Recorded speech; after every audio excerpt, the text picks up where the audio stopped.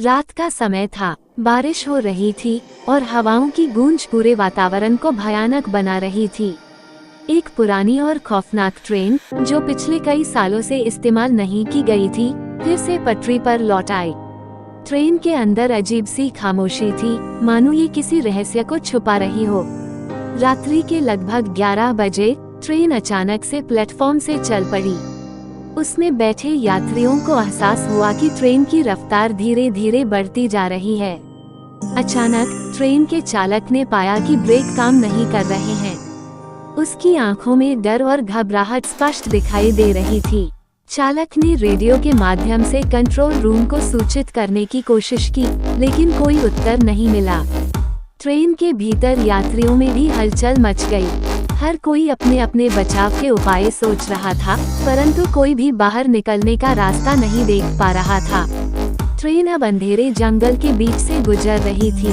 अचानक ट्रेन के दरवाजे जोर से बंद हो गए और लाइट्स बुझ गईं। अब ट्रेन में केवल अंधकार और यात्रियों के चीखने की आवाजें रह गईं।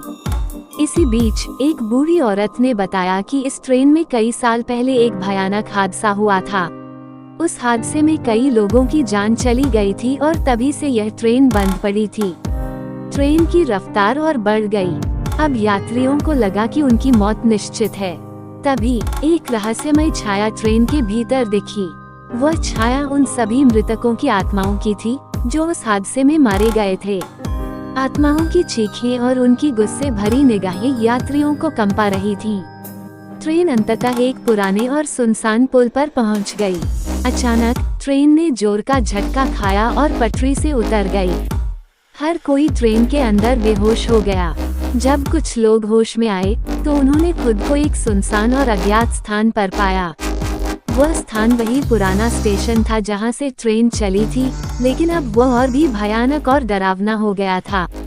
ट्रेन फिर से गायब हो गई, लेकिन उसकी खौफनाक यादें हमेशा के लिए यात्रियों के दिलों में बस गईं। अब वह ट्रेन कभी वापस नहीं आई, लेकिन उसकी डरावनी कहानियां अब भी उस इलाके में गूंजती हैं।